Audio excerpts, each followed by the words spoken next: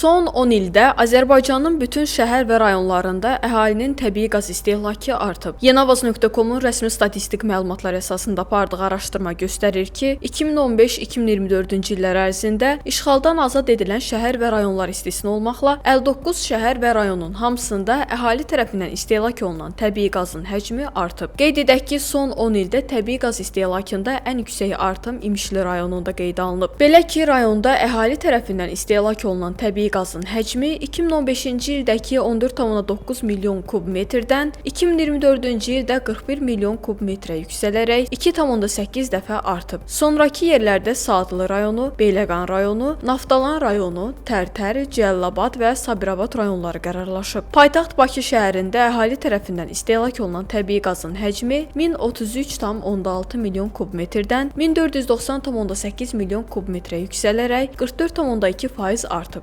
Abşeron rayonunda isə istehlak 171,6 milyon kub metrdən 313,3 milyon kub metrə çataraq 82,6% artıb. Ümumilikdə ölkə üzrə əhali tərəfindən istehlak olunan təbii qazın 44,7%-i Bakı şəhəri və Abşeron rayonunun payına düşüb. Açıqlanan rəsmi məlumatlardan görünür ki, təbii qazın istehlakında ən aşağı artım Samux rayonunda qeydə alınıb. Bu rayonda son 10 ildə istehlak cəmi 1,7% artıb. Qazax rayonunda artım 2,6%, Ağdam rayonunda isə 8,6% olub. Bununla yanaşı Balakən, Hacıqabul və Şamaxı rayonlarında da artım ölkə üzrə ən aşağı göstəricilər sırasında yer alıb.